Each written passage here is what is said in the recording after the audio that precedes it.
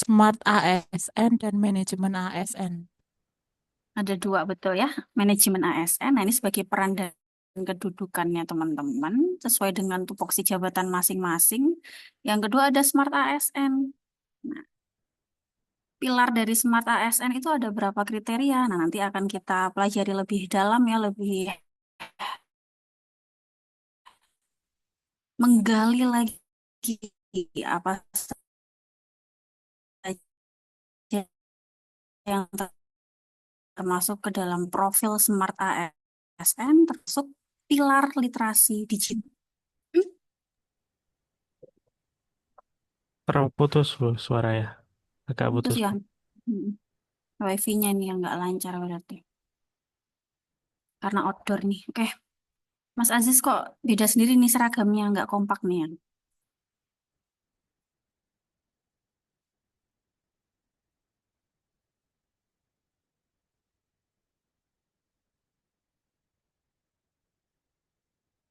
Jelas ya suara saya sudah? Sudah, Bu. Mm-mm.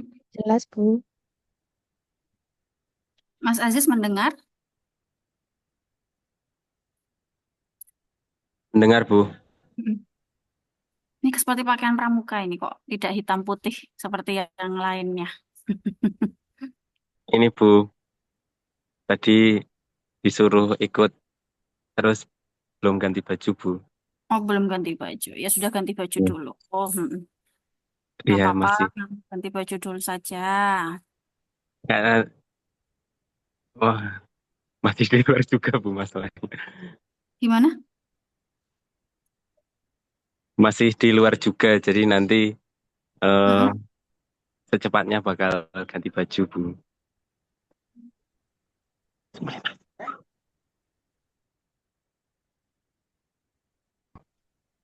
Iya, Sudah Bu. saya angkat. Nanti,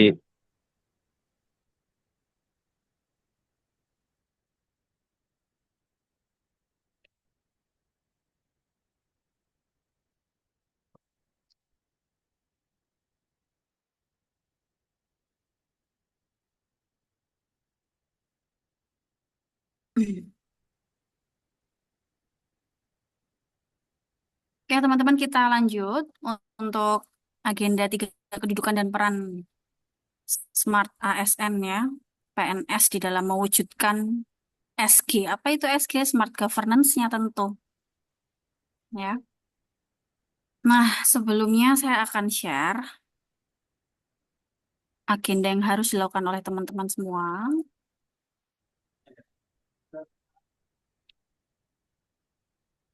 Nah, kita akan sedikit brainstorming ya di sini. Brainstorming sejenak. Jadi saya pengen tahu tentang image yang terlintas di dalam bayangan teman-teman nih sebelum kalian semua diterima jadi PNS, diangkat jadi bagian aparatur sipil negara. Terkait image positif di situ. Boleh mengenai birokrasi pemerintahan atau dari personil ASN-nya sendiri. Ya, ini image positif. Kemudian yang kedua, tuliskan stereotip negatif, teman-teman. Jadi mungkin dari pengalaman selama ini ya, yang didapat, yang diperoleh,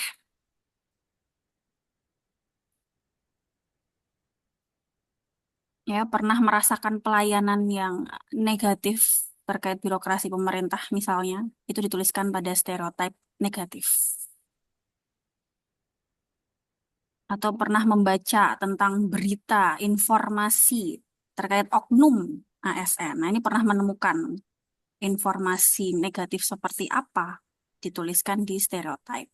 Baru yang ketiga, teman-teman tolong tuliskan motivasi, aspek motivasi. Kenapa sih kok teman-teman semua di sini terdorong untuk mendaftar menjadi PNS ya? Apa yang menjadi semangatnya kalian di situ? Dilihat dari berbagai aspek tadi, image positif, ada stereotype, negatifnya. Nah, sehingga tuliskan apa yang menjadi encourage, motivasinya teman-teman semua. Ada 3 aspek ya berarti yang ditulis di dalam idea boards. Ada yang sudah bisa masuk login ke barcode-nya?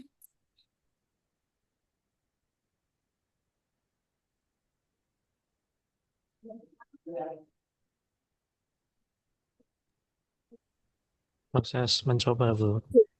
Mm-mm. It's okay, saya tunggu. Jangan lupa ditulis nama ya. Ini datanya ke saya kok. Langsung ke saya.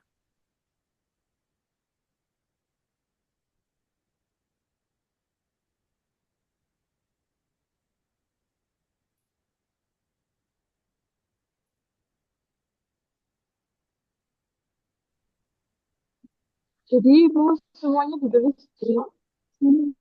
Mm-mm. Dalam Kotanya satu kotak. Diberi nama apa tidak, Bu? Iya, nama di bawahnya, Mbak Mazda.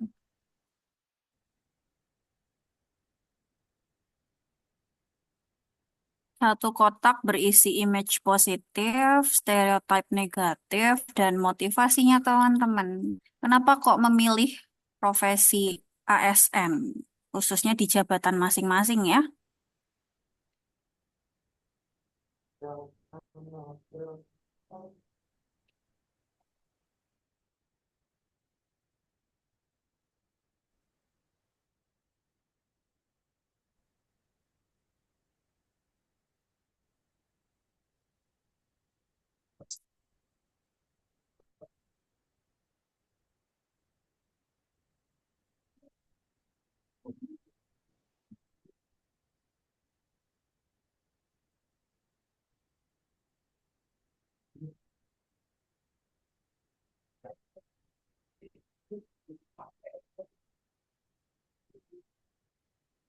Mungkin ada yang belum jelas mau ditanyakan. Jadi berdasar pengalaman selama ini, dari hasil interaksi boleh, dari hasil membaca literatur boleh, ya.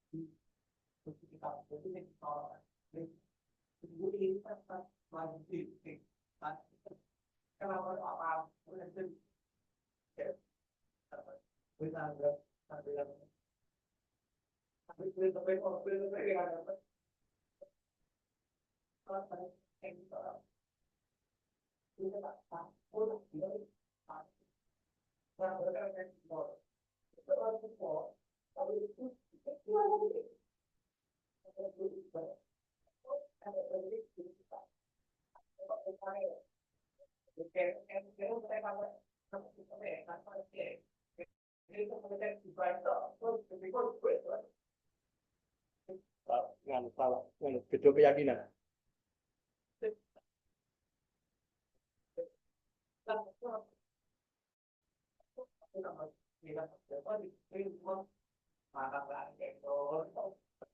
So hilang elek to. So maling sing elek itu aneh.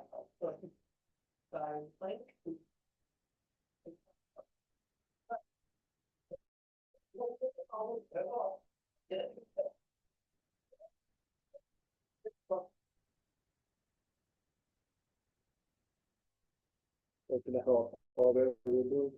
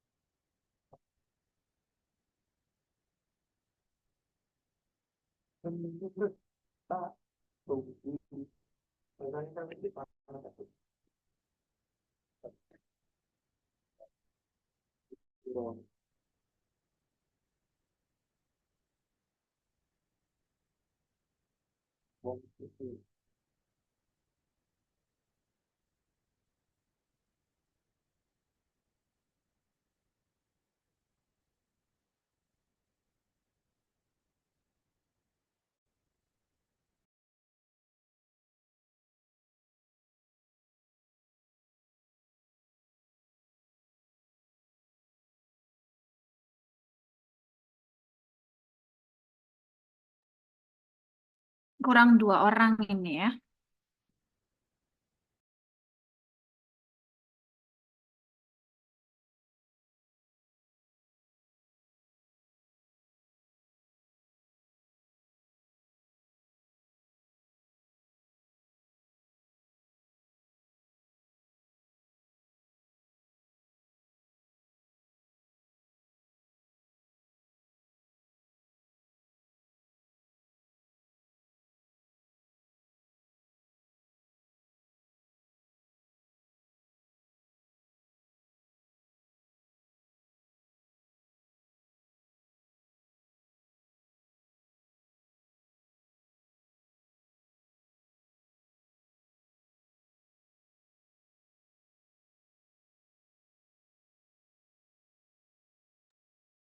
Mas Ibnu sudah, Mas Meha.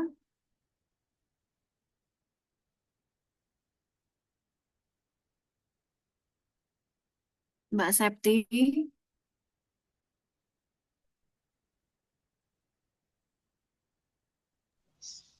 Bu, saya lupa kasih nama Ibu. Lupa kasih nama Mbak Septi. Ampun, Bu. Iya, Oke.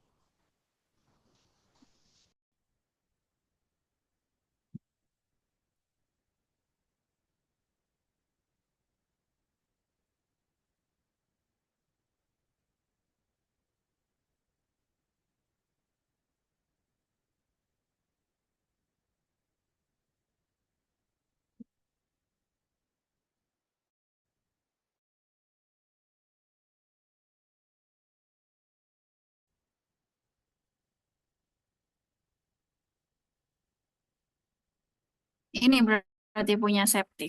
Belum dikasih nama. Yang ini kah?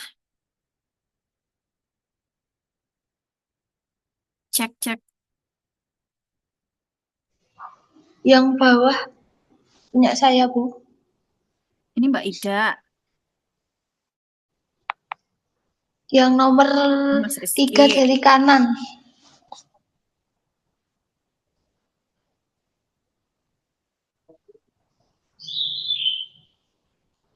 Ya, Oke. yang itu, Bu. Mm-mm.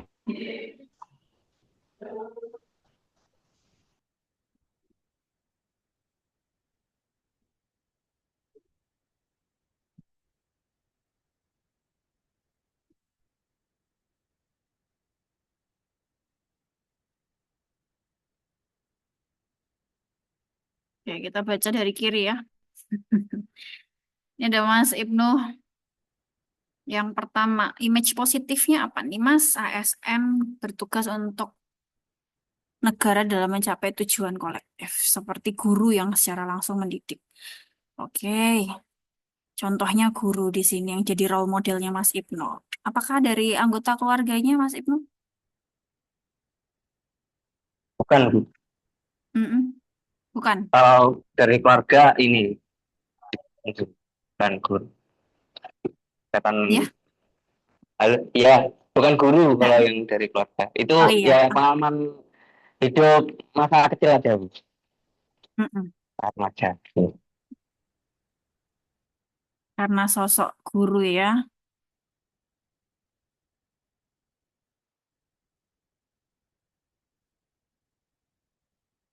Pahlawan tanpa tanda jasa. Oke, sayangnya terdapat ASN yang tidak jujur. Seperti masih banyak ditemukan korupsi ya di sini ya. Motivasinya adalah ingin bekerja dengan lebih tenang sehingga motivasinya ya untuk menjadi pegawai tetap. Kemudian untuk mengubah image ini kan masih banyak ditemukan pegawai tidak berintegritas, kemudian melakukan praktek penyalahgunaan kewenangan, jabatan dan sebagainya. Nah, apa motivasimu di situ? Selain ingin lebih tenang ya karena penghasilannya tetap di sini. Oh ya, itu mungkin karena Mm-mm. hasil brainstorming saya, Bu. Jadi saya itu kadang Mm-mm. masih kalau terkait korupsi ini saya masih terkait Mm-mm. apa masih belum membedakan antara pejabat publik yang secara politik Mm-mm. dipilih sama Mm-mm. ASN itu kan kayak masih kayak yang lebih Mm-mm. banyak kan setahu saya yang itu yang kalau di berita-berita gitu loh Bu. ASN-nya mungkin ya dikit gitu.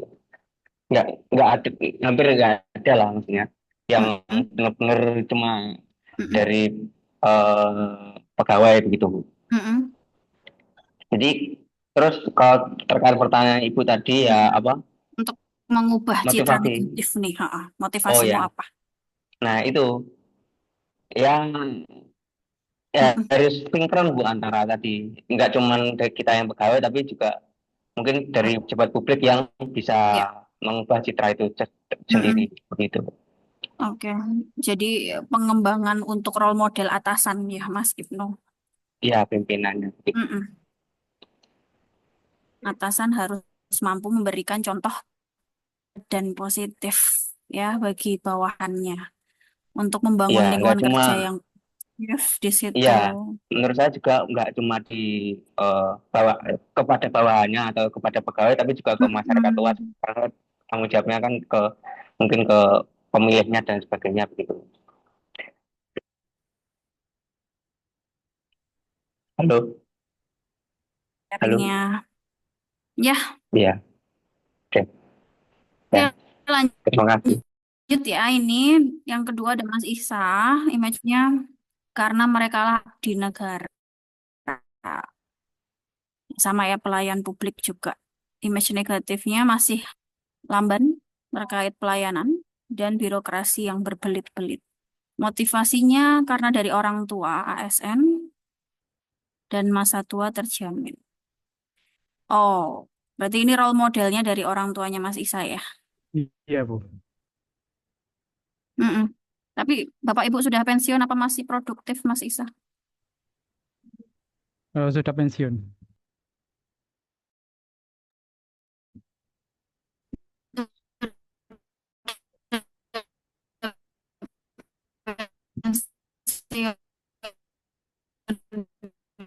Eh, maaf, Bu, suaranya Ya, terputus. oke. Nah, mungkin pernah punya pengalaman buruk terkait pelayanan kami. Oh, terputus lagi. Oke, saya ulang. Iya. Mungkin Mas Isa punya pengalaman buruk ini ya terkait pelayanan lambat, birokrasi yang berbelit. Ini di mana waktu itu? Waktu itu pengurusan KTP, Bu, di Mm-mm. Dukcapil. Ya, Ya. ini belum masa pandemi COVID atau sesudah, Mas? Sebelum, Sebelum kan? Ha. iya. Gimana itu di Dispenduk Capil ya? Jadi itu disuruh menunggu untuk pembuatan KTP elektroniknya itu, kartunya itu. Nah, itu Nah, saya nah, sudah kembali berkali-kali ke sana, tapi masih belum jadi seperti itu, Bu. mm. Masih disuruh nunggu terus gitu. Iya, masih harus ada yang perlu dilengkapi lah, TTM Iya. gitu sehingga sebenarnya layanan dasar ini ya basic needs teman-teman untuk KTP, kemudian kartu identitas anak, layanan administratif kependudukan, Adminduk ya, ada akte kelahiran, akte kematian, KK di situ, yang sebenarnya bisa dilayani dalam proses tempo one day service ya teman-teman ODS atau 1 hari jadi saat ini. Ya itu mungkin dulu ya, sekarang sudah banyak berubah ya Mas Isa setelah adanya digitalisasi ini ya, Iya, sudah banyak perubahan. penyesuaian. Oh, ya. Nah itulah berarti. Dan sekarang sudah bisa ke MPP juga ya, teman-teman. Tidak hanya di kecamatan-kecamatan terdekat, tapi juga di MPP untuk layanan kependudukan secara administratif masyarakat bisa terpusat di satu tempat. Oke, kita lanjut berikutnya. Ini siapakah ya? Mbak Ida, ASN Pelayan Masyarakat sebagai abdi negara mempunyai stabilitas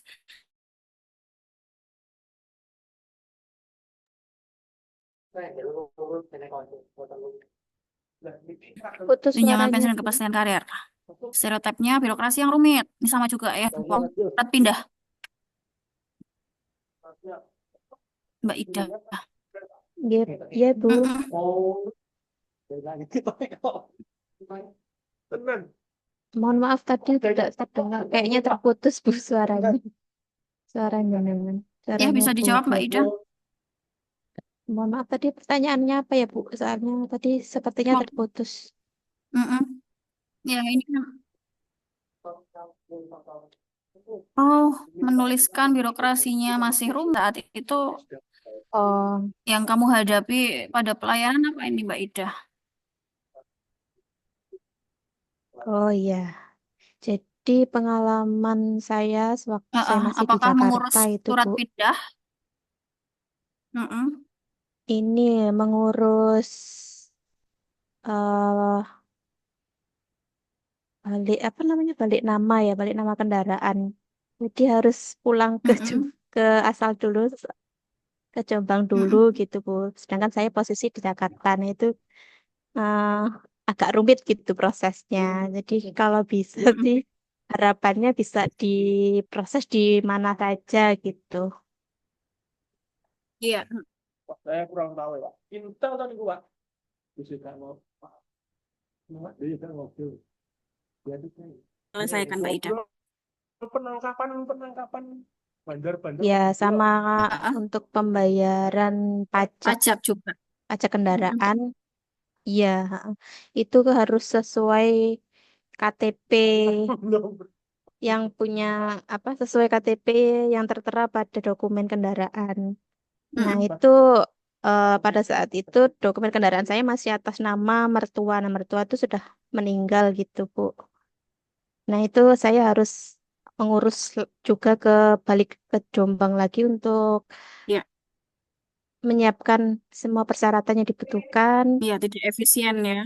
Iya, jadi tidak efisien gitu. Mm-mm. Ya, jadi ini sebenarnya Ya, masih menjadi sorotan permasalahan yang dialami oleh masyarakat secara luas ya, teman-teman. Bahwa red flag-nya nih, kalau saya pinjam istilah anak muda zaman sekarang nih, red flag-nya, buruknya birokrasi pelayanan potret pelayanan publik kita ini masih mengalami banyak kendala ya di dalam proses memberikan layanan ke masyarakat. Terkait apa misalnya? Ini tadi sudah disebutkan teman-teman semua, waktu pelayanan yang lamban ini ya teman-teman ya, yang sebenarnya bisa dilalui dalam waktu yang lebih cepat tentunya. Ada standar response time-nya di situ terkait service excellence-nya, pelayanan primanya. Tapi karena adanya, nah ini prosedur yang panjang gitu ya, persyaratan yang rumit gitu, akhirnya berdampak pada waktu pelayanan yang semakin lama di situ. Karena butuh prosedural yang cukup merumitkan masyarakat. Nah, itu terkait permasalahan red flag-nya saat ini. Termasuk ketidakterbukaan informasi ini ya teman-teman secara transparan ya, kemarin kita sudah sempat belajar pada service excellence bahwa informasi yang diberikan ke masyarakat ini harus bisa informatif di situ, terbuka. Terbuka dalam artian apa ini? Baik itu dari segi persyaratan, biayanya, ya, harus mampu disampaikan secara detail di situ.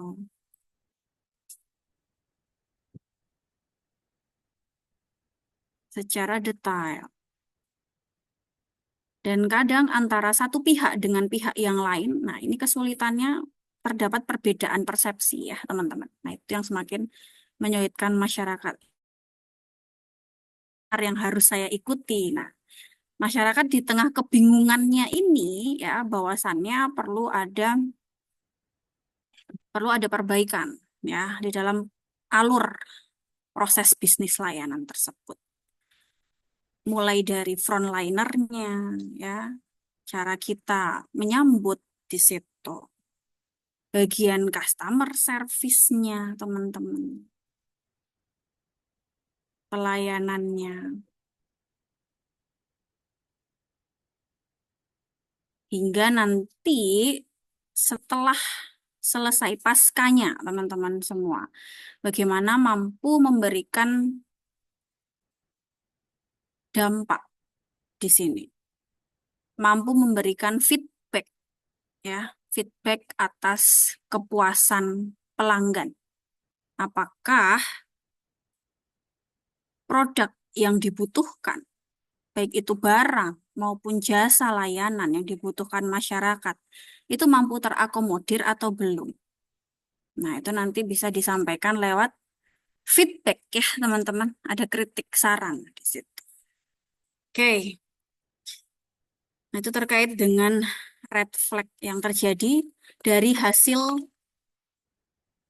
survei yang dilakukan Lembaga Pengkajian Populi Center, teman-teman kalau pernah cek untuk datanya.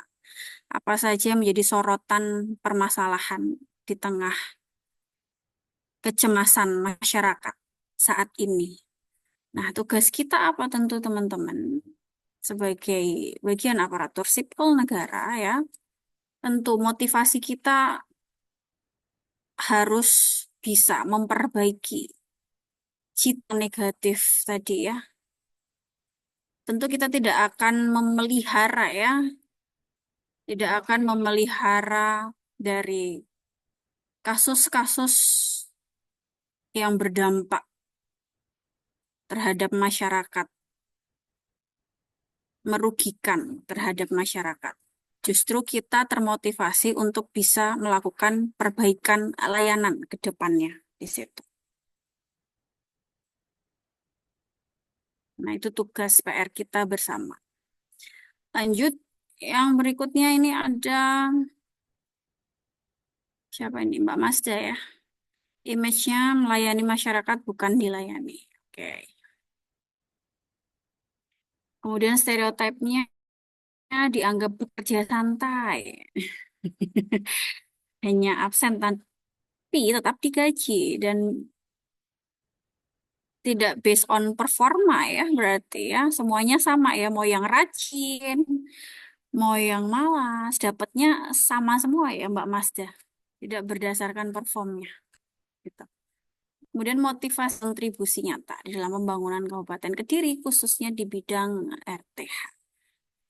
Oke, dianggap kerjanya masih santai gitu ya, di zona nyamannya gitu ya Mbak Masda ya. Nah, ini sebenarnya balik lagi. Kalau saya tanya ke Mbak Masda di dinasnya yang sekarang, Iya. apakah tugasnya Mbak Masda ini masih sesuai dengan tupoksi atau ditambah dengan tugas-tugas penunjang yang lain? Ditambah dengan tugas penunjang. Artinya makin Kalau sibuk ya. iya, Makin tupoksinya sibuk, malah belum betul. tupoksinya malah belum terlaksana. Oh, belum. Saya Belum, kira kombinasi gitu, Mbak. Jadi tupoksi utama belum. ada, penunjang juga. Oh, artinya hanya penunjang sementara. Iya, karena saya kan Mm-mm. sebenarnya di pengawasan tapi di Mm-mm. di apa? SKP-nya malah perencanaan. Sarpras Perencanaan. Taman nggih. Mm-mm. Tidak sesuai dengan jabatan formasi yang kamu daftar gitu ya tugasnya. Belum. Mm-mm. Belum. Oke. Nggih. Artinya gini, Mbak. Mengatakan bahwa masih terdapat oknum ya yang berada dalam zona nyaman, kemudian tidak produktif ya. Kemarin kita sudah Ya, belajar ada tipe-tipe karakter manusia. Nah, apakah ini masih relevan di instansimu, Mazda? masih Bu. Masih Hmm, ditemukan. masih. Oke. Tapi sebenarnya ini tergantung kembali lagi apa sih tupoksi jabatan Ya, kita ya, ya, Mbak Mazda ya. Balik lagi ke situ. Ke tupoksi jabatan, kemudian ke lingkungan kerjanya sendiri ya, gitu ya. Itu semua tergantung dari apa yang kita iya amati betul. dan Iya, rasakan. Ternyata begitu diterima jadi ASN di sini CPNS mendapati kenyataan yang mungkin berbeda signifikan ya iya, setelah dirasakan sendiri. Jadi basically itu depends on tupoksi kita ya Mbak Masda ya. iya Bu. Yang banyak, banyak yang sedikit-sedikit. Mm-mm. Nggih. Berikutnya ini ada Mas Aziz. Positifnya ada pensiun, pekerjaannya jangka panjang. Negatifnya gaji dari rakyat. Oh, justru ini negatif ya kalau gaji dari rakyat ya. Begitu Mas Aziz pendapatnya. Ya Bu, Heeh. Lalu kenapa Pertanggungjawabannya kamu itu Bu. mendaftar? Lalu kamu kenapa mendaftar jadi yaitu dimotivasinya ada. motivasinya adalah butuh kerja. Butuh kerja. Kemudian heeh, untuk memperbaiki citra negatif yang kamu tulis ini, Hmm, kamu kan mengatakan nggak negatifnya bisa. karena gajinya dari rakyat sehingga tidak Ya betul betul. produktif, itu pengangguran uang dan sebagainya kamu katakan di situ. Ya. Heeh. Gimana Bu pertanyaannya, Pak? Ya, sehingga motivasimu, pendorong kuatmu nih untuk bisa memperbaiki dari citra negatif Oh, ini, Mas. saya sudah menyerah belum perbaiki, jadi saya ikut Waduh, alur aja. menyerah.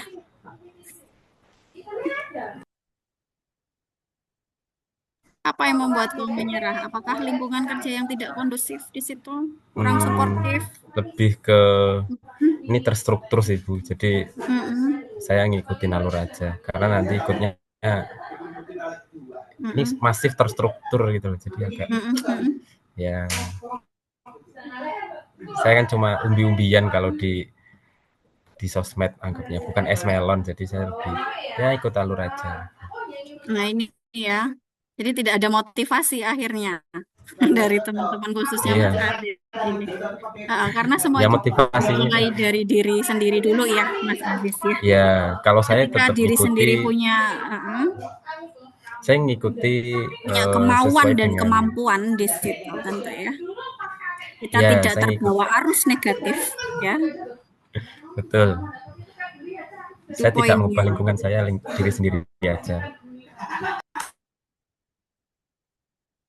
Jadi harus punya kemauan dan kemampuan ini ya, agar tidak semakin buruk untuk pelayanan yang kita berikan kepada masyarakat tentunya. Ya.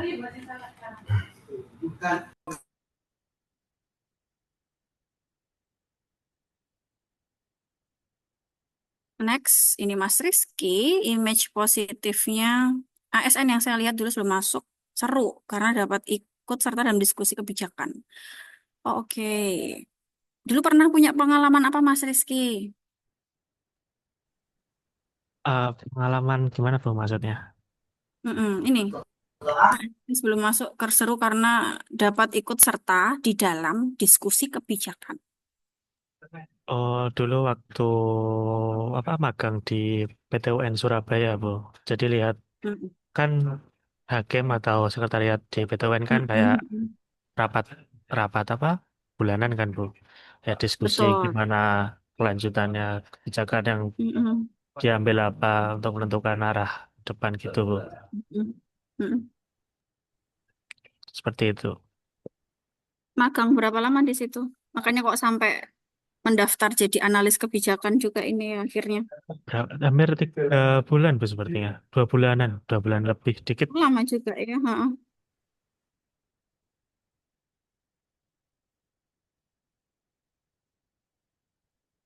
Yang paling berkesan waktu saat magang pada saat perumusan kebijakan itu apa Mas Rizky? Oh Paling berkesan. itu cuma ikut-ikut aja Bu. Kalau waktu magang, Ikut-ikut aja. iya. Kalau Jadi notulen aja. ya cuma mendengarkan. Mm-mm, mm-mm. Cuma mendengarkan, oke. Jadi kesannya saat itu seru ya. Kemudian Iya, apalagi dapat ilmu tentu. dapat ilmu Bu, dapat banyak kasus yang menarik di Mm-mm. pengadilan sampai sekarang. Oke. Mm-mm. Kasus apa nih yang paling tidak bisa dilupakan olehmu? Yang di PTUN Bu, kalau di sini rahasia. Heeh. Oh, bukan yang PTUN kan tadi Eh, masih konteksnya di Ya, situ. kalau yang PTUN itu kasus pertanahan. Selalu seru kalau pertanahan. Heeh. Rebutan Iya, tanah, sengketa. ya sengketa tanah. Mm-mm. Mm-mm. Udah, nggak apa-apa. Kan ini menanyakan sebelum toh diterima jadi ASN tadi. Ya toh Ya, pertanyaanku. ya Mm-mm. betul. Oke, sebelum diangkat jadi ASN, apa image-nya, stereotipnya, sehingga motivasimu apa? Gitu. Kemudian nih ada Mbak Abdillah, berwibawa ASN itu. Kemampuan menjawab masalah yang dialami masyarakat. Kemudian stereotipnya, kalau memberikan pelayanan, tidak ramah dan berbelit-belit. Nah, ini di mana nih? Rumah sakit, puskesmas? Mas, Bu. Puskesmas ya? Udah ketebak ini ya. Waktu itu pelayanan apa, Mbak? Mau rujuk pakai Hmm. rumah sakit gitu, Bu. Oh, oh, oh. Kan pakai BPJS Betul. ya, terus banyak banget disuruh ke Mm-mm. sana, Mau buat disuruh ke surat rujukan. sini. Mm-mm. Nggak langsung Mm-mm. ditangani. Sampean ke sana dulu ya, Mbak. Mm-mm. Dulu ya, Dilempar-lempar gitu. ya. Mm-mm. Mungkin masih ada diskriminatif ini ya, terkait dengan kategori pasien BPJS atau non BPJS gitu ya teman-teman. Oke, kemudian image positif berikutnya ada di Nurul Isma, hidupnya terlihat berkecukupan, tidak kekurangan, masa depannya terjamin, stereotipnya keluyuran, terlihat di luar kantor selama jam kerja. Adanya nepotisme, terutama pada PNS beberapa tahun yang lalu. Oke. Nah ini ASN mana nih yang keluyuran nih, Mbak Isma? Di warung kopi ini. Kan baru aja ada berita ya kayak itu yang di Mm-mm. Malang itu di kafe Ya. Mm-mm. pakai Mungkin seragam rapat, putih. Mbak. Oh Rapat iya di bisa luar. jadi. Iya. Heeh. Apa sosialisasi gitu kan? Ya bisa jadi Bu. Mm-mm. Iya, jadi masih ditemukan ya ASN yang melanggar kedisiplinan terkait jam kerja operasionalnya gitu ya Mbak Isma ya. Bahwasannya kita kan bekerja sudah ada ketentuannya ya, satu hari itu berapa jam totalnya. Sehingga mungkin dari jam 8 sampai dengan jam 4, istirahatnya di jam 12. Nah, setelah itu mereka tidak balik lagi gitu ya ke kantor ya. Justru kecantol di warung kopi gitu sampai sore. Hanya absen lagi, kemudian tidak bekerja secara produktif. Dengan alasan apa nih? Macam-macam misalnya ya. Tidak hanya ke warung kopi. Oke, next. Melayani masyarakat, gaji teratur. Dulu image-nya ASN harus pakai uang atau orang dalam. Sekarang sudah lambat laun semakin baik birokrasinya dengan penerapan meritokrasi, teman-teman. Penerapan sistem merit di situ. Apa itu merit system? Ini siapa yang menulis? Saya Bu.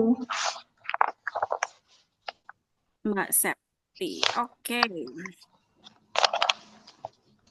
Ya, sekarang sudah diterapkan adanya merit system ya, teman-teman. Pada proses rekrutmen khususnya di CPNS di situ. Apa sih merit system? Pernah mendengar mungkin istilah ini terkait merit system? Kayak based on performance atau prestasi gitu. based on performance. Salah satunya ya Mas Aziz ya. Based on kinerja. Salah satunya di situ. Bahwa pada merit system itu menempatkan mereka yang telah terpilih ya melalui jalur seleksi rekrutmen khususnya pada pengadaan CASN untuk ditempatkan ke dalam posisi jabatan tertentu sesuai dengan apa yang menjadi kompetensi. Kemudian apa lagi? Kompetensi ini kan ditentukan dari hasil kita lulus tes apa? Ada SKD, SKB, ada juga yang hasil wawancara gitu ya. Kemudian berdasarkan kualifikasi teman-teman. Jadi tidak hanya kompetensi tapi juga kualifikasinya dari background pendidikan, IPK, akreditasinya perguruan tinggi. Nah, di situ dilakukan pertimbangan ya. Dan termasuk nanti jika sudah diterima ada proses di dalam menilai kinerja secara adil dan wajar. Jadi bukan lagi berdasar like or dislike. Tapi semua itu berbasis pada performa kinerja secara adil, secara wajar di situ. Tentu tidak memandang apa nih adil dan wajar. Yang ditekankan tidak memandang apa? Uang. Uang. Tidak memandang latar belakang ras. Perbedaan apalagi suku, budaya, jenis kelamin di situ. Status ya itu termasuk. Kemudian apalagi? Kondisi fisik, teman-teman. Jadi sudah menerapkan kuota disabilitas ya. Artinya mampu memberikan akses kesempatan yang sama kepada seluruh pihak, termasuk disabilitas ini untuk bisa meraih karirnya sesuai dengan tadi kualifikasi, kompetensi, dan kinerja. Jadi tidak memandang itu semua ya sebagai batasan, tapi lebih ke hasil yang kita berikan, resultnya seperti apa gitu. Nah itu merit system. Kemudian berikutnya ingin berkontribusi langsung dalam meningkatkan kualitas layanan. Ini lanjutan tadi ya Mbak Ida.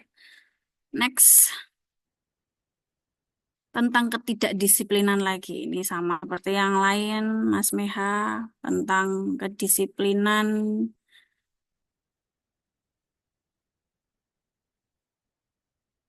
Oke, sudah semua ya. Saya bacakan lengkap.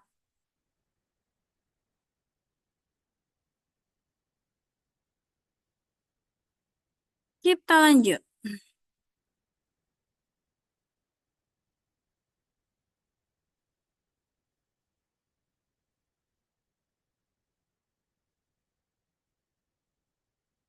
Nah, sehingga teman-teman ya, tadi kan sudah menulis ya, membreakdown apa saja image positif, stereotype, dan motivasinya teman-teman. Kenapa kok ingin jadi salah satu bagian dari pelayan publik di sini? Apa faktor pendorong yang paling utama? Nah, kita sudah membreakdown satu persatu, sehingga ikhtiar, upaya yang sudah dilakukan pemerintah kita nih untuk memperbaiki wajah pelayanan publik itu apa sih teman-teman? Upaya yang sudah dilakukan.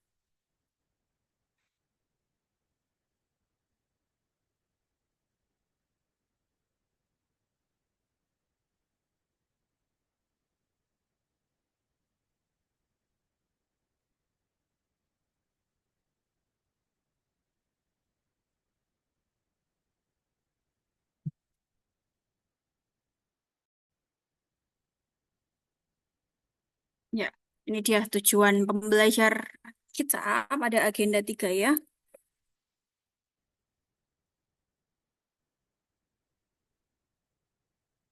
Nah, balik ke pertanyaan saya tadi. Untuk memperbaiki ya stereotip negatif tadi teman-teman. Langkah, upaya, ikhtiar, strategi apa sih yang sudah dilakukan pemerintah kita hingga saat ini? Dan tentu kita harus menjadi bagian dalamnya ya untuk mensukseskan proses terwujudnya tujuan agenda 3 ini, smart governance. Di situ poinnya. Jadi jangan pesimis ya, Mas Aziz tadi ya, jangan pesimis. Karena kita termasuk bagian dari sistem yang mampu mewujudkan kesuksesan, keberhasilan dari smart governance. Nah, smart governance itu apa? Poin pentingnya, kata kunci pada smart governance.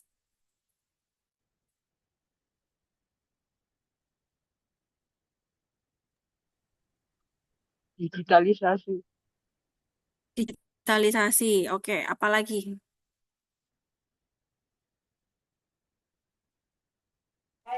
Layanan Setuju? cepat. Smart governance? Layanan cepat, oke. Transparansi.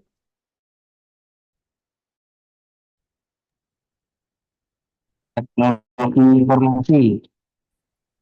Transparan, oke. Jadi ada 3 hal penting di dalam kita mewujudkan, mensukseskan nih teman-teman,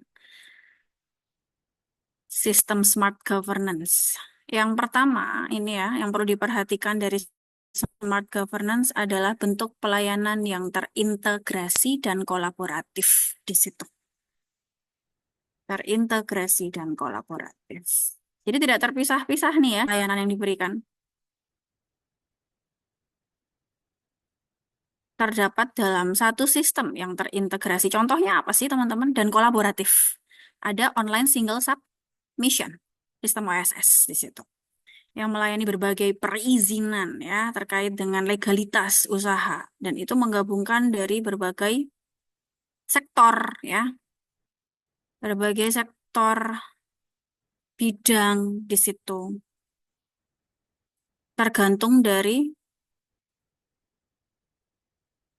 izin usaha apa yang akan kita ajukan. Ya, terintegrasi. Misalnya terkait dengan sektor pertanian kah, maka ada dinas pertanian di situ, ada perkebunan, ada dinas perkebunan, dan sebagainya. Jadi layanan yang dalam satu sistem secara terpadu tentunya. Termasuk apa nih teman-teman? Ada izin praktek untuk nakes di situ.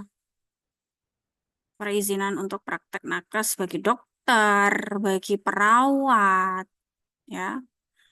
Ada satu layanan yang terintegrasi dan kolaboratif. Contoh lain apa selain kita punya online single submission? MPP. MPP boleh, mall pelayanan publik. Ya, di situ mengintegrasikan berbagai layanan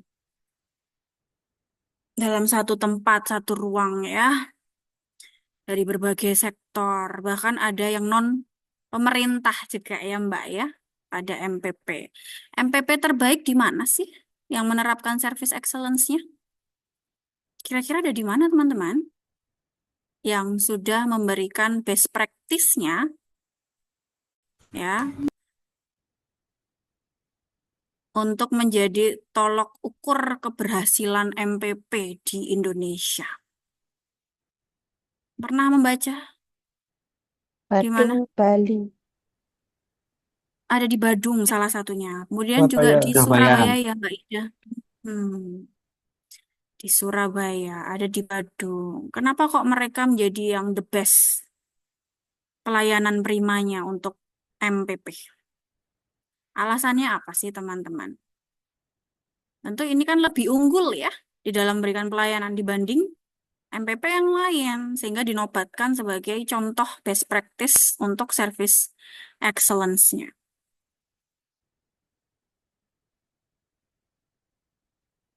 Kira-kira apa reason-nya gitu? Assessment-nya, penilaiannya itu dilihat dari apa sih? Nah, ternyata mereka sudah menerapkan adanya sistem jemput bola secara masif ya teman-teman. Melalui adanya layanan di berbagai balai RW. Ini kalau di Surabaya sudah lebih dari 1.300 balai RW sebagai perpanjangan tangan nih teman-teman semua. Terkait layar misalnya ada tadi administrasi kependudukan, kemudian ada program unggulan pemerintah saat ini ada cek kesehatan gratis ya, CKG. Itu juga jadi salah satu andalan. Kemudian termasuk mengurus kemudahan legalitas usaha UMKM ya, dengan menerapkan sistem jemput bola agar lebih mudah secara jarak lokasi ya teman-teman, aksesibilitasnya yang dirasakan oleh masyarakat di sini. Tentu juga ini mempertimbangkan apa sih dengan prinsip inklusivitas. Ya, apa itu prinsip inklusivitas?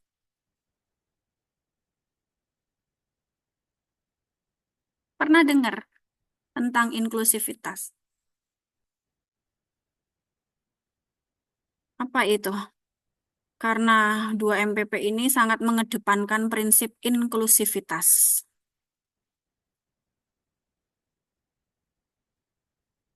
Mm-mm. Jadi dengan layanan jemput bolanya di sini ya teman-teman kan tentu mampu menjangkau masyarakat yang lebih luas lagi ya. Termasuk yang kesulitan akses nih secara jarak, secara fisik di situ. Dengan prinsip inklusivitas ya, artinya memudahkan, memberikan kesempatan, manfaat yang sama bagi seluruh kategori masyarakat yang dilayani, teman-teman. Termasuk kelompok lansia di situ. Ada kelompok lansia yang termasuk kelompok rentan, ada disabilitas. Ya, sehingga memudahkan mereka untuk bisa merasakan akses manfaat pelayanan secara dekat, mampu menjangkau mereka. Termasuk yang di Badung ini juga ya teman-teman, bagaimana mereka menerapkan sistem jemput bolanya ini agar mampu menjangkau masyarakat terpencil di daerah yang terpencil yang jauh dari MPP ya teman-teman ya. Enggak semua rumahnya dekat di situ. Tidak semuanya strategis ya untuk bisa mencapai ke mall pelayanan publik. Sehingga perlu adanya penerapan sistem agar layanan kita ini lebih mudah diakses secara jarak, secara lokasi di situ. Tidak menyulitkan masyarakat tentunya. Nah, ini penyediaan ruang ramah disabilitas. Antrian khusus kelompok rentan, ibu hamil, dan sebagainya.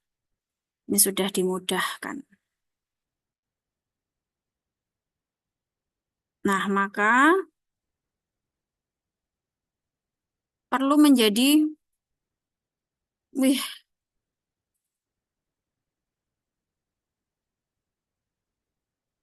sampai menguap ini Mas Aziz ini. Saking berdedikasinya hari ini, kerja keras mungkin ya Mas Aziz. Dapat tugas dari atasan ini, bejibun kayaknya. Oke, saya sampai terdistraksi nih gara-gara menguapnya Mas Aziz. Nah, jadi apa yang menjadi poin pentingnya teman-teman di dalam pelatihan dasar CPNS? Tentunya ada beberapa hal yang perlu digarisbawahi, yang perlu teman-teman highlight ya. bahwa dalam pelaksanaan Latsar CPNS, dan ini sejalan dengan agenda transformasi kita pada undang-undang yang terbaru, nomor 20 ya, tahun 2023. Ini menggantikan undang-undang yang lama ya, teman-teman. Undang-undang ASN yang lama itu nomor berapa?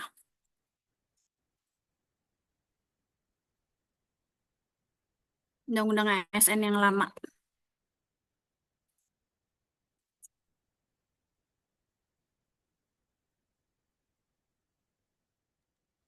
Nomor 5 tahun 2014. Iya, nomor 5 tahun 2014 ini ya. Digantikan, sudah dicabut. Nah, kenapa kok dilakukan revisi ini, teman-teman? Apa urgensinya gitu kan? Dari isi Undang-Undang 20 tahun 2023. Yang pada poin agenda transformasi ini masih erat kaitannya pada proses pelaksanaan Latsar CPNS. Ada di poin mana saja kira-kira?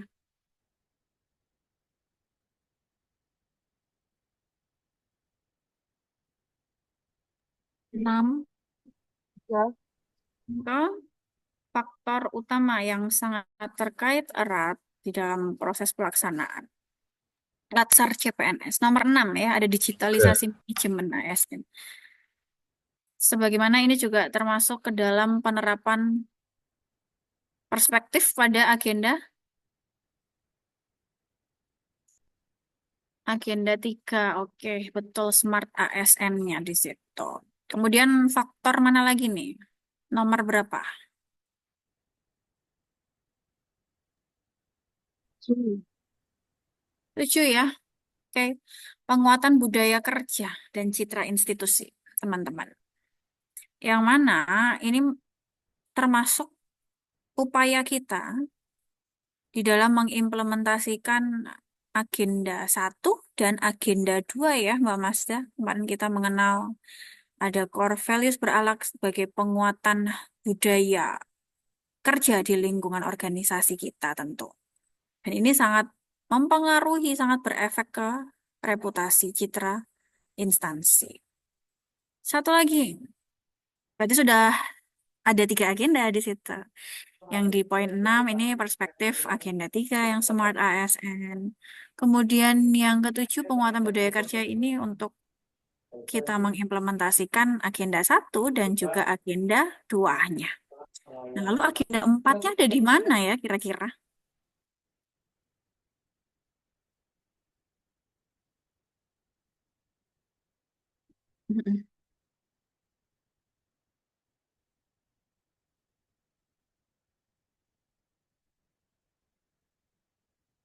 Ada di mana, guys? Untuk kita mampu memberikan inovasi ya, inovasi, kontribusi secara nyata untuk meningkatkan kinerja dan untuk mencapai tujuan organisasi. Nomor 3. Nomor 3. Ini Mbak Mazda 100 poin ya, betul semua. Korek yang saya lingkari ini. Bagaimana proses percepatan pengembangan kompetensinya ya bagi setiap individu ASN yang tadinya hanya sebatas hak di Undang-Undang Nomor 5 tahun 2014. Kalau hak ini kita berbicara sebatas hak, itu sifatnya opsional, boleh dikerjakan, boleh tidak dikerjakan, teman-teman. Nah, sehingga pada realitanya ini yang terjadi karena sebatas hak frasenya di situ banyak yang mengerjakan atau sebaliknya nih.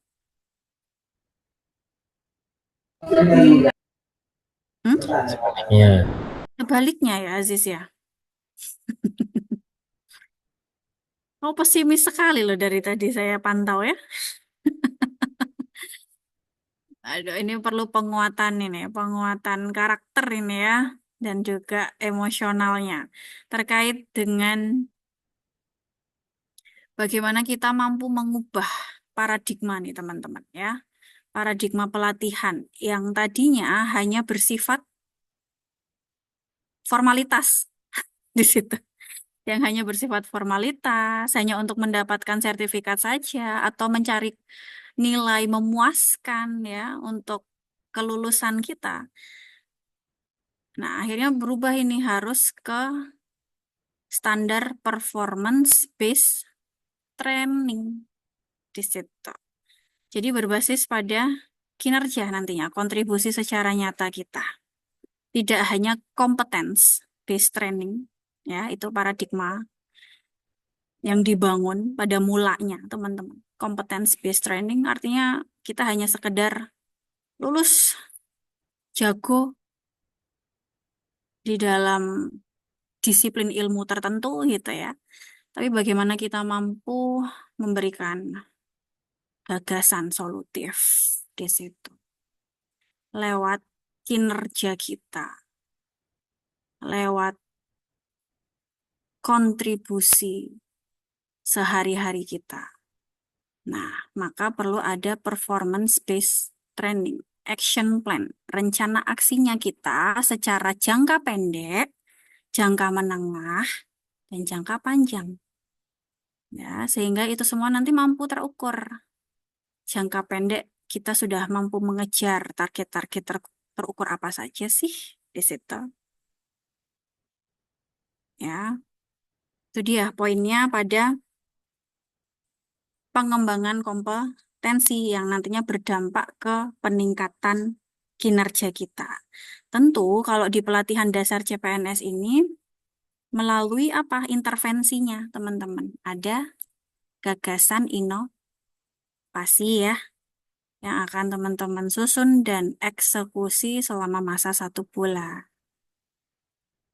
Nah, itu rencana aksinya. Tentu itu tidak hanya berhenti dalam satu waktu.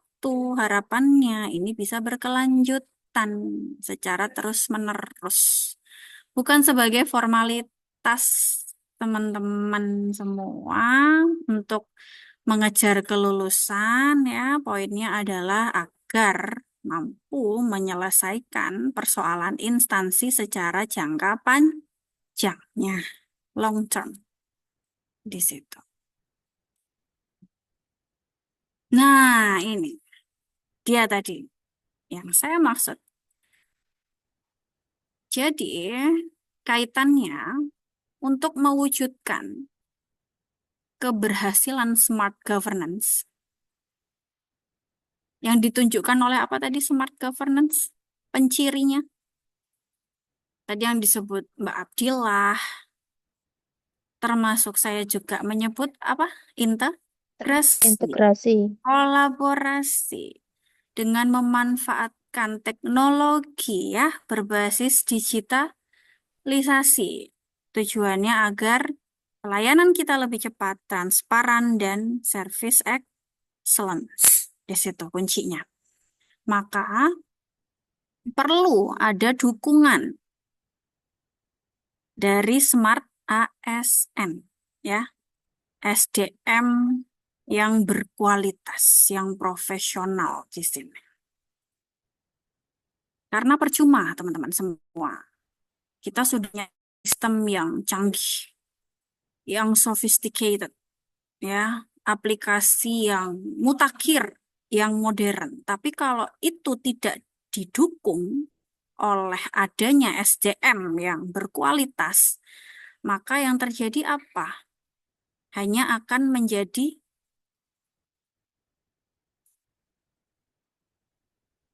apa nih? Hanya akan menjadi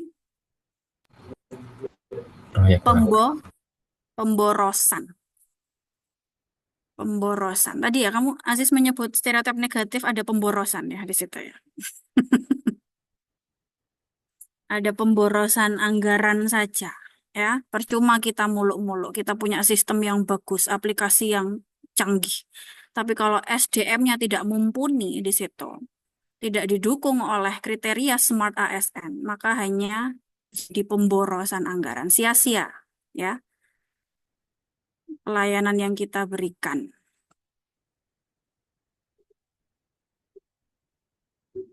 Justru ini akan menambah adanya apa? Sampah digital, teman-teman. Tentu kita tidak mau ya jebakan teknologi ini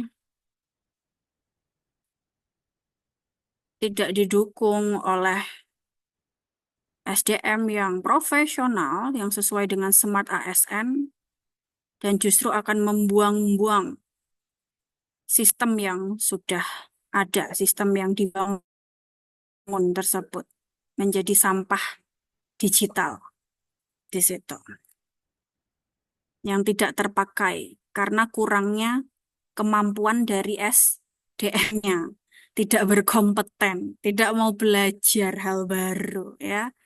Ya, itu yang perlu menjadi PR besar kita, teman-teman. Nah, sehingga 8 profil karakteristik Smart ASN yang harus dipenuhi. Yang harus dipenuhi.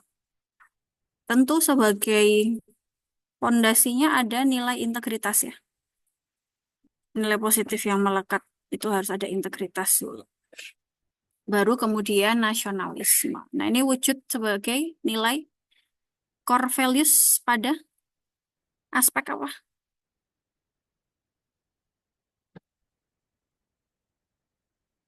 Pada aspek apa, teman-teman? Loyal. Ya, nasionalisme loyal, betul. Kemudian ada nilai profesionalisme di situ. Apa sih makna profesional? Menguasai. Menguasai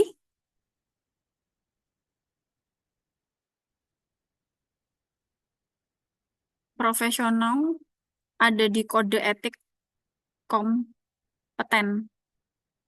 Nilai kompeten, apa itu? Melaksanakan tugas dengan kualitas terbaik. Kode etiknya.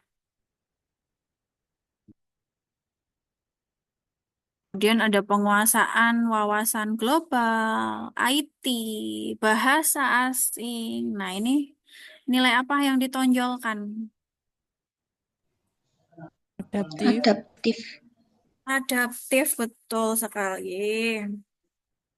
Nilai adaptifnya di situ yang berperan di dalam proses kita menyesuaikan diri dengan perubahan dinamika teknologi saat ini. Termasuk ilmu pengetahuan yang semakin berkembang di situ.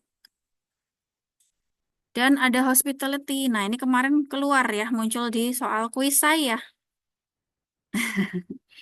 Kemarin ada yang masih jawab hospitality ya. Padahal hospitality di sini adalah keramah tamahan. Nilai berorientasi pelayanannya yang diwujudkan dalam diri seorang smart ASN di situ. Baru yang ketujuh ada networking. Bagaimana kita membangun jejaring kerjasama. Membangun komunikasi interpersonal skill di situ. Itu diwujudkan pada networking atau Kolaborasi. Kolaboratif. Mm-mm. Dan yang terakhir, entrepreneurship, punya jiwa kewirausahaan. Dalam artian apa nih entrepreneurship di sini? Bukan berarti kita harus punya side hustle ya, atau pekerjaan sampingan. Tidak harus seperti itu, tapi yang dimaksud seorang smart ASN yang menerapkan entrepreneurship di sini artinya dia mampu berpikir secara apa nih? Kreatif, inovatif, Berpikir secara apa Mbak Dila? Sorry. kreatif, inovatif. Yes, betul. Jadi punya inisiatif. Selalu punya inisiatif. Out of the box ya. Selalu punya ide gagasan baru sebagai solusi yang dibutuhkan tentu oleh organisasi. Nah, sehingga proses kemampuan berpikir kritis ya, yang pertama. Kemudian ada kreatif dan inovatif. Nah, itu saling berkorelasi, teman-teman semua. Bagaimana kita membangun kepekaan, kepedulian di lingkungan kerja kita. Selalu mempunyai critical thinking. Kira-kira setelah ini apa yang harus saya kerjakan untuk perbaikan kinerja saya dengan melihat masalah isu. Nah, ini masuk ke agenda 2, analisis isu kontemporernya, teman-teman. Punya critical thinking, kepekaan. Kemudian yang kedua nih, kreatif dan inovatif. Nah, apa bedanya sih, teman-teman? Kreativitas dan inovasi. Ini saya sampai nunduk-nunduk takut nggak kedengeran sebenarnya, karena di sini ramai sekali. Apa bedanya kreativitas dan inovasi?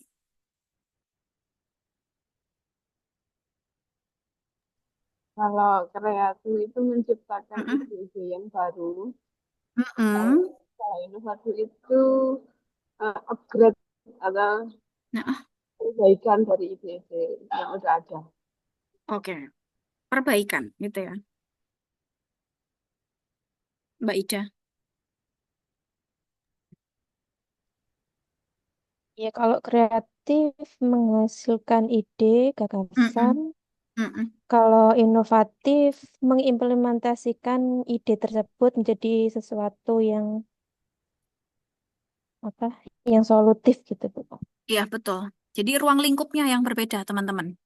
Antara kreativitas dan inovasi. Kreatif levelnya di sini hanya sebatas ideation, di level thinkingnya teman-teman. Ya, itu kreativitas. Sedangkan inovasi ini sudah di level eksekusi, execution di situ. Jadi bagaimana teman-teman semua mampu mengaktualisasikan, nah nanti ya perlu ada pembuktian di situ.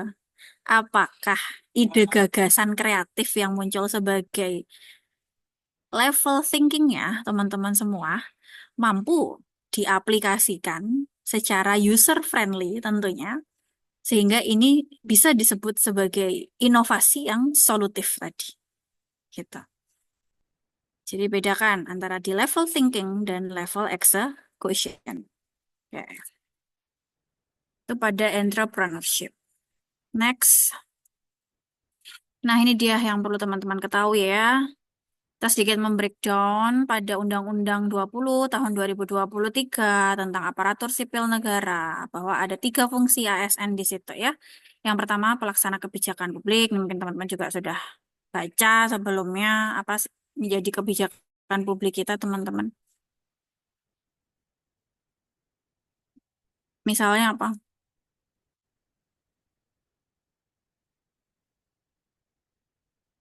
Hmm? Kebijakan publik itu apa saja? Yang paling melekat di dalam tusi kita.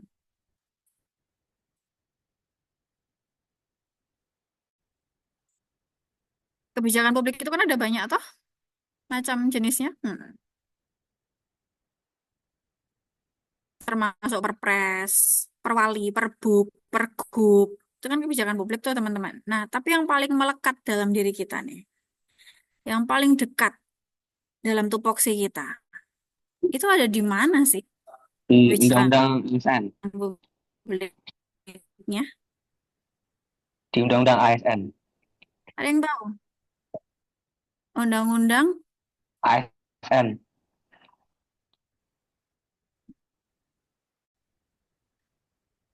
halo, putus. Undang-Undang ASN, Undang ASN 20 tahun ya, 2023. ya, Halo. Undang-undang ASN. Justru yang paling dekat, yang paling melekat di dalam tugas jabatan kita itu pada kebijakan publik Permenpan RB ya teman-teman. Mm-mm. Permenpan RB di sini bertugas merumuskan, menetapkan kebijakan terkait jabatan ASN di situ. Ya, tentu sudah diatur di masing-masing pedoman regulasi pada Permenpan, baik itu jabatan fungsional maupun jabatan pelaksana.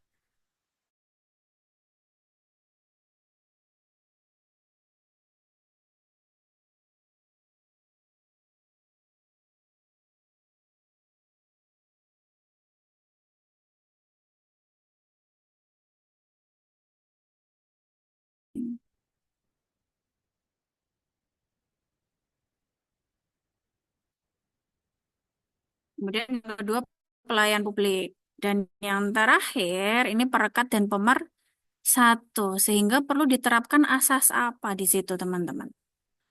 Sebagai perekat dan pemersatu. Perlu diterapkan asas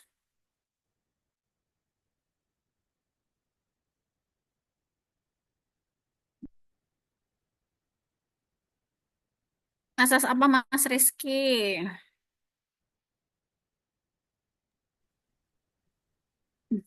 Sas, belum tahu, Bu. Kurang tahu. Mbak Mazda, ini hari ini poinmu banyak sekali ya. Poin kamu menjawab betul. Asas apa nih Mbak Mazda? Mungkin sudah baca.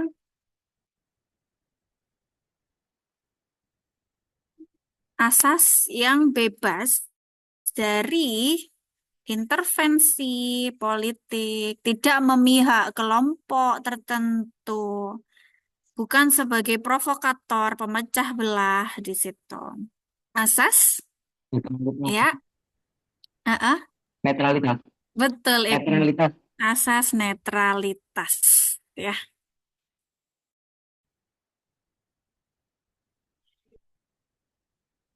Oke, perekat dan pemersatu bangsa. Tidak terlibat ke dalam kelompok partai politik tertentu ya. Di sini. Nah, lanjut kita. Ada dua jenis jabatan pada ASN. Yang pertama manajerial dan yang kedua non manajerial, ya. Yang termasuk ke dalam jabatan manajerial ini ada siapa saja kah, teman-teman? Ada di pasal 13 ya, Undang-Undang 20.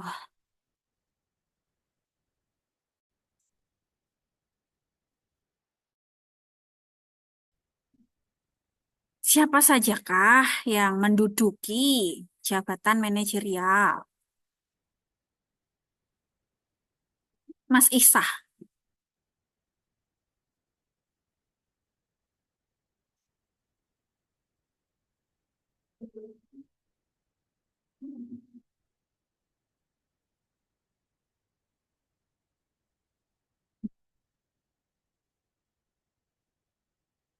Eh, jabatan manajerial itu Mm-mm. seperti apa? Kalau di dalam ASN itu seperti Seperti, jabatan pimpinan tinggi dan ya jabatan betul, administrasi.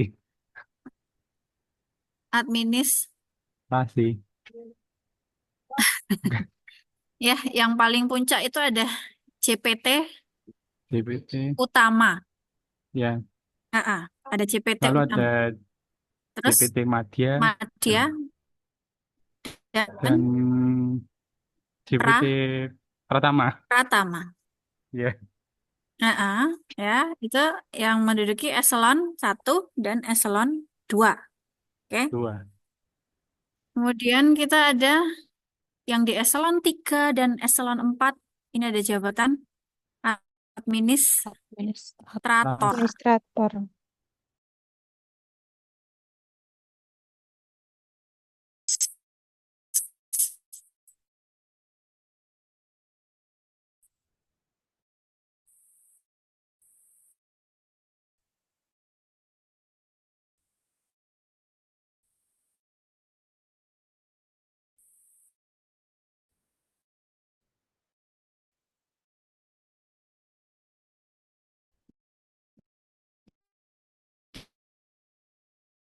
Di situ.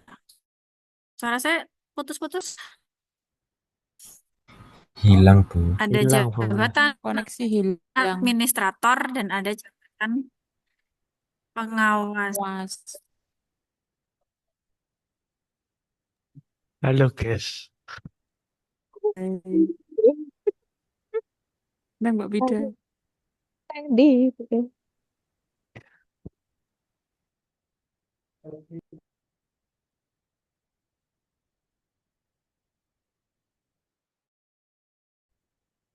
Nah, oke. Ada jabatan administrator dan jabatan pengawas ya. Itu yang menduduki eselon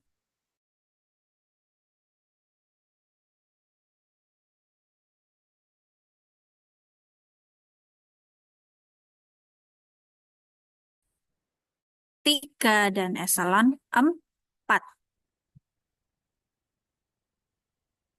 Nah, lalu siapa saja yang termasuk ke non-manajerial, teman-teman? Fungsional, Fungsional dan siapa Mas pelaksana, Meha? dan pelaksana, Bu. Nah, oke. Ada jabatan fungsional dan ada jabatan pelaksana. Ya, jabatan pelaksana di sini ada siapa saja yang mengerjakan tugas rutin harian ya, termasuk pengadministrasi kepegawaian, keuangan, teknisi. Teknisi ini ada siapa? Teknisi sarpras, teman-teman. Mm-mm. Operator, Fasilitator, Bu. fasilitator ya. Di sini teman-teman ada yang fasilitator. Betul. Ada yang jabatan PKSTI mungkin. Penata kelola sistem teknologinya. Macam-macam dari jabatan pelaksana. Nah, kalau fungsional ini kemudian masih di breakdown lagi ya, sesuai dengan bidang keahlian dan atau keterampilan. Ya, keahlian ini dari pertama, muda, madya, utama. Kalau keterampilan, teman-teman, dari yang paling dasar ada pemula. Pemula. Ada terampil, ada mahir, dan yang paling tinggi penyeliah. Itu pada keterampilan. Ini kalau dilihat dari kualifikasi background pendidikan, kalau di JF keterampilan itu untuk pemulanya itu dari SMA, SMK ya, untuk kualifikasinya pada JF pemula di situ. Nah, kemudian ASN itu kan terdiri dari PNS dan juga P3K, teman-teman. Apa yang membedakan nih PNS dan P3K? Masa jabatan, Ya, apa yang membedakan? pegawai tetap dan kontrak, Mm-mm. Kontrak ya, ada masa kerja minimalnya berapa? 1 tahun. Kemudian maksimalnya 5 tahun dan bisa diperpanjang lagi setelahnya ya, sampai dengan usia pensiunnya. Kemudian bedanya apa lagi? Selain yang tadi sudah disebutkan, ada terkait jenjang karir, Yang karir. Pensiun. mekanisme pensiun ya, teman-teman. Mekanisme pensiun ini gimana? Kalau di P3K itu belum diatur ya secara resmi terkait penetapan skema pensiun. Ya, masih jadi pro cons nih, teman-teman. Untuk P3K-nya ke depan seperti apa? Apakah disamakan nanti pensiunnya dengan PNS? Kalau di PNS kan sudah ada tuh tertulis di regulasi PP nomor 45 tahun 2015 tuh terkait skema pensiun bagi khusus PNS di situ. Kalau jenjang karir tadi ada yang menyebut jenjang karir. Mereka bisa naik nggak sih P3K ini? ya Tidak. Tidak bisa. Boleh ya, boleh untuk formasi yang lebih tinggi jenjang jabatannya, asalkan ya masa kerja sebelumnya itu diselesaikan dulu, teman-teman, di situ. Sehingga dia harus memulai dari awal ya untuk rekrutmennya terhadap formasi jenjang di atasnya ya, dan juga mengikuti uji kompetensi dulu. Setelah dinyatakan lulus, kemudian mendaftar ya, tentu harus ada formasinya dulu Mbak Masda. Apakah jenjang karir di atasnya ini tersedia atau tidak gitu. Jenjang karirnya apakah tersedia atau tidak. Maka dia harus mampu menyelesaikan kontraknya terlebih dahulu yang sebelumnya, baru disetujui lagi untuk next-nya. Mendaftar jenjang yang baru, yang lebih tinggi. Gitu. Jadi prosesnya dari awal lagi ya, tetap rumit di situ. Oke, next. Nah ini teman-teman, kita cek untuk penugasan di sini. Ya biar nggak ngantuk ini ya.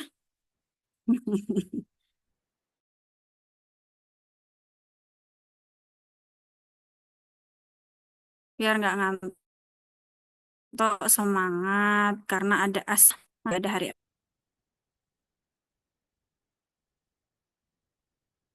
Ada pertanyaan? Untuk yang pertama.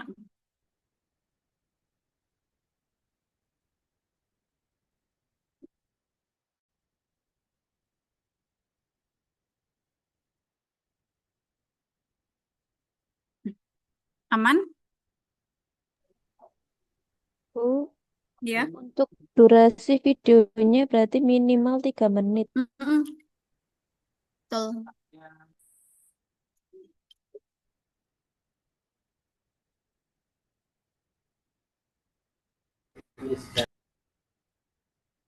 Ya sudah. Yang tugas kelompok.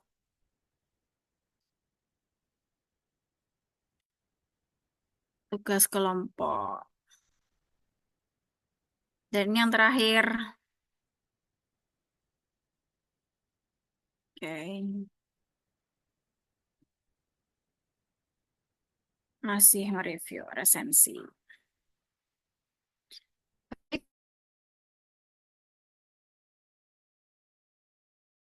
Ya, ada pertanyaan sebelum saya tutup? Saya pulang dulu ini. Balik ke Surabaya. Tidak, Bu. Karena masih tertarik. Mm-mm. Ada pertanyaan? Bu, ini tugas kelompok terakhir kan ya, Bu? Atau masih ada lagi? Terakhir ya, kan Oh agendanya, ya, agenda materi sudah selesai kan. Alhamdulillah. Belajar Latsar sampai agenda berapa? Agenda 4 tuh. Agenda 4 kan aktualisasi, mulai Ya, menyusun toh rancangan inovasi. Nah,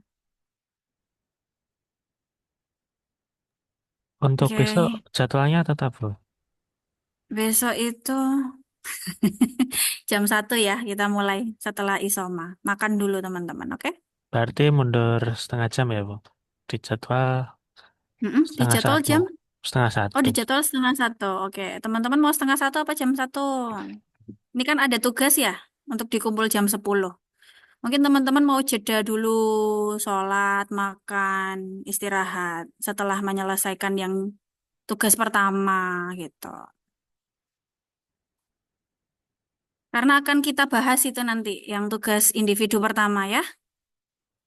Mm, Di pertemuan besok siang. Jam 1 ya, biar teman-teman punya jeda istirahat yuk. Baik, Bu. Jam 1 Mm-mm. sampai jam 5 berarti, Bu ya? Ya nantilah.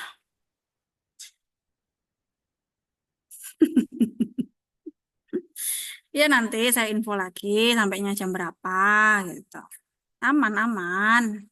Ada pertanyaan? Sudah cukup? Kemarin aja saya belum sampai Madiun sudah ditembak sama Rizky. Bu, besok jam berapa mulainya? Gitu. Oh, saya belum sampai nih Mas. Nanti saya tanyakan dulu. Ya wes untunglah sesuai ya 12.45 gitu. Oke, teman-teman, saya akhiri. Terima kasih atas partisipasi dan kerjasamanya hari ini. See you tomorrow. Wassalamualaikum warahmatullahi wabarakatuh. Waalaikumsalam warahmatullahi Waalaikumsalam wabarakatuh. Terima kasih, Bu. Terima kasih, Bu Kasih, Bu. Febri. Bro, Alhamdulillah.